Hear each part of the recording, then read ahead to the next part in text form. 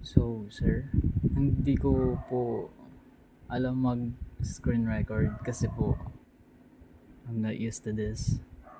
Tapos wala rin po yung napapanood ko sa YouTube na Windows Alt tsaka plus R.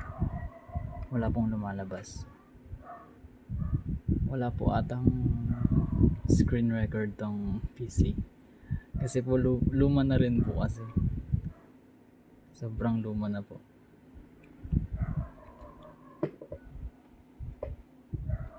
Intel Core i5 siya.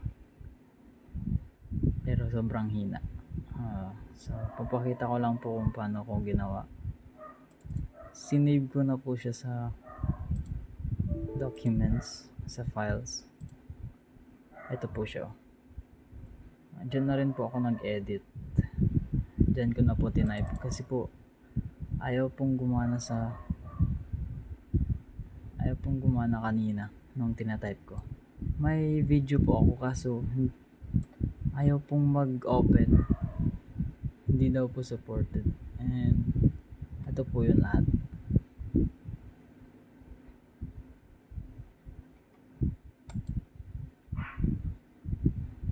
Kaya kakopy ko na lang po.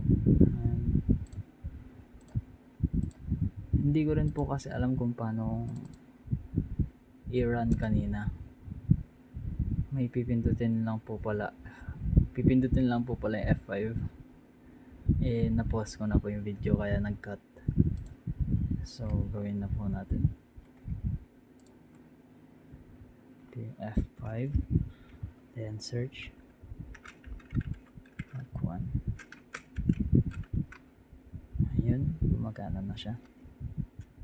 And search again. Let's try my name.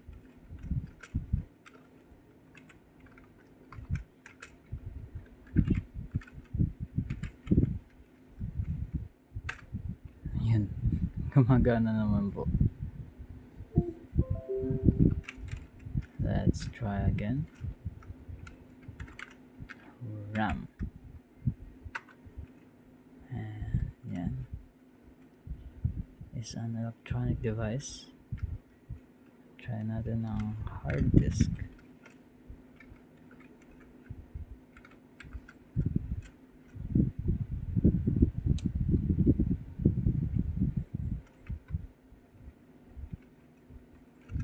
It's an electromechanical device.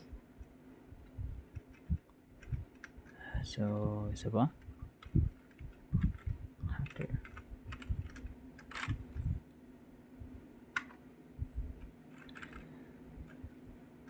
And let's try cracker.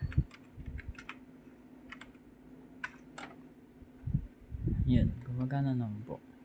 May nakalimutan pa akong isa. Yan.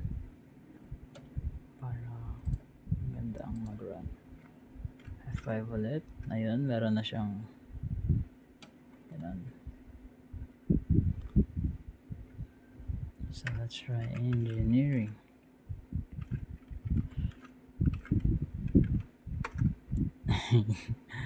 Ayan po. Then try natin